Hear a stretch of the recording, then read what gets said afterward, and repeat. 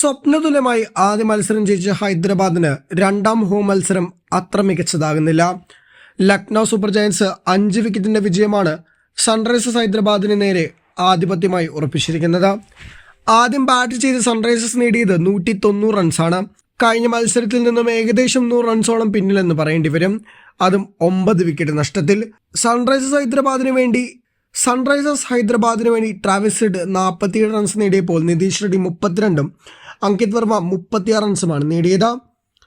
ഇഷാൻ കിഷൻ ഡക്കിന് മടങ്ങി, അഭിഷേക് ശർമ്മ 6നും.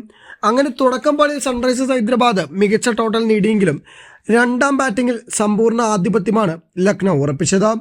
116 റൺസിന്റെ കൂട്ടുകെട്ടാണ് മാർഷും നിക്കോളാസ് പൂറനും ചേർന്നൊരുക്കിയത്. അങ്ങനെ മത്സരത്തിൽ വിജയം ലക്നൗ സ്വന്തമാക്കുകയായിരുന്നു. 26 പന്തിൽ 6 4ഉം 6 6ഉം അടങ്ങുന്നതാണ് നിക്കോളാസ് പൂറന്റെ ഇന്നിങ്സ്. മാർഷാകട്ടെ 52 റൺസാണ് നേടിയത്. ഫിനിഷിംഗിലേക്ക് വന്നപ്പോൾ സഹൽ അബ്ദുൽ സമദ് 22ഉം ഡേവിഡ് മില്ലർ 13 റൺസ് നേടി. ബോളർമാരെ മാറി മാറി പരീക്ഷിച്ചിട്ടും കാര്യമായ മത്സരത്തിൽ ഇമ്പാക്റ്റ് ഉണ്ടാക്കാൻ സാധിച്ചില്ല. കാരണം അത്രയ്ക്ക് മനോഹരമായാണ് നിക്കോളാസ് പൂറനും മാർഷും ബാറ്റ് ചെയ്തത്.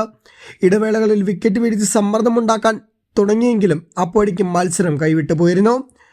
പ്രധാന ബോളർമാരെല്ലാം ഇന്നും റൺസ് വഴങ്ങി.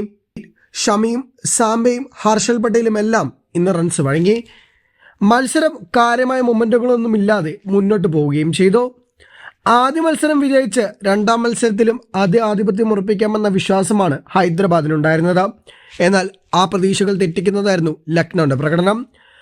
ലക്നൗ ബോളിംഗിൽ ഏറ്റവും മികച്ചു നിന്നത് ഷർദുൽ താക്കൂറാണ്. റീപ്ലേസ്മെന്റ് താരമായി ടീമിലെത്തിയിട്ടും 4 ഓവറിൽ 34 റൺസ് വഴങ്ങി 4 വിക്കറ്റുകളാണ് സ്വന്തമാക്കിയത്. അവേഷ് ഖാനും ദിഗ്വേഷ് റാട്ടിയും രവി ബിഷ്ണോയും പ്രിൻസ് യാദവും ഓരോ വിക്കറ്റ് വീതം സ്വന്തമാക്കി. ട്രാവിസ് ഹെഡിനെ പ്രിൻസ് യാദവ് പുറത്താക്കിയതാണ് മത്സരത്തിൽ ഏറെ വഴിത്തിരിവായത്. ഹെഡിന്റെ വിക്കറ്റ് പോകുന്നതിന് മുമ്പ് സമ്പൂർണ്ണ ആധിപത്യമാണ് മത്സരത്തിൽ സൺറൈസേഴ്സ് ഹൈദരാബാദിനുണ്ടായിരുന്നത്.